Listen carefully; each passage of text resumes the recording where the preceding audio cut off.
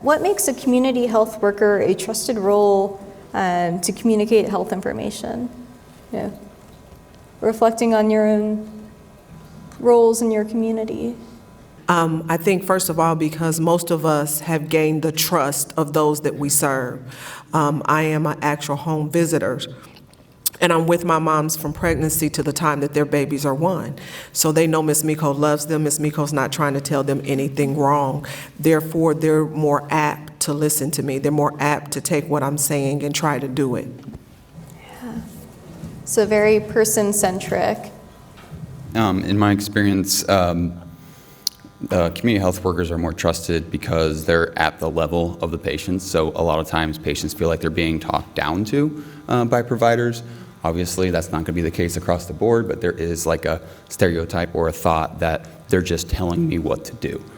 So a lot of times in my practice, I'm just trying to help myself understand what their current lifestyle is. And I think once you start asking those questions, those everyday questions, those more personal questions, they're more likely to open up rather than just being told to do this or do that. One of the things that I found out with the participants that are in my program is that I show how much I care for them. I'll even remind them a day before, don't forget about your appointment. And a week before, I download cdc.gov, whatever their situation is. I will go to their home, explain it to them in Spanish, because 95% of my participants only speak in Spanish. And they appreciate that because there are things that they don't know. They come from countries where their health is very low. And once they get here, they get to know so many things that the United States is offering to them. And that's a big difference for them.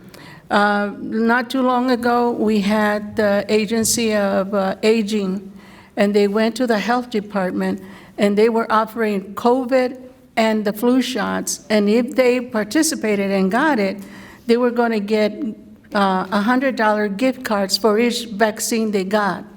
So I'm saying if we can communicate with other agencies that have such a resource like that, that's a big difference.